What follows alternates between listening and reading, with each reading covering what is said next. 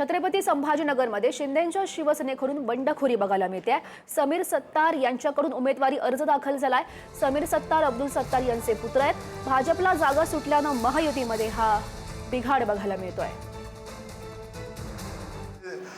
जे पश्चिम बंगालमध्ये ते महाराष्ट्रामध्ये येऊ नये यासाठी आम्ही आमच्या नेत्याला हे सर्व तंतोतंत माहिती देऊ। माझ्या जिल्ह्यामध्ये मराठवाड्यामध्ये जी परिस्थिती मी पाहू लागलो, अनेक जिल्ह्यामध्ये मी जातो, तिथलची परिस्थिती पाहिल्यानंतर ऐकल्यानंतर माझ्यासारख्या कार्यकर्त्यांना दुःख होतो का आपण जे 2.5 वर्ष ज्या पक्षाला सोडून आपण एक पक्षासाठी भारतीय जनता पार्टी आमचा जो जुना मित्र पक्ष आहे याच्यासाठी आम्ही आमच्या पक्षाच्या नेत्याला सोडून इकडे आलो आणि परत अशी परिस्थिती निर्माण होईल। आज जी परिस्थिती निर्माण होते ते स्लो पॉयझन आहे।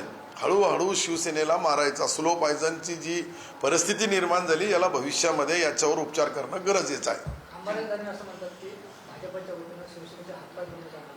नाही प्रश्नच नाही, आता एक सत्ता झाली म्हणजे हात पाय का मुडके बी चालले।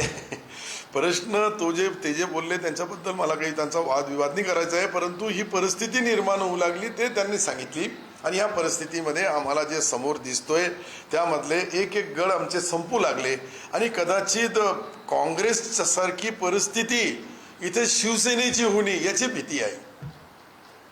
म्हणजे एकनाथ शिंदेंना ममता बॅनर्जी बनवण्याचा कट सुरू आहे असं वाटतं तुम्हाला? खालचे कार्यकर्ते, मी देवेंद्रजीवर आरोप करणार नाही कारण की ते न्याय देताना कुठेही अशा पद्धतीचा राजकारण करत नाही, परंतु त्यांच्या नावावर खाली जे चाललंय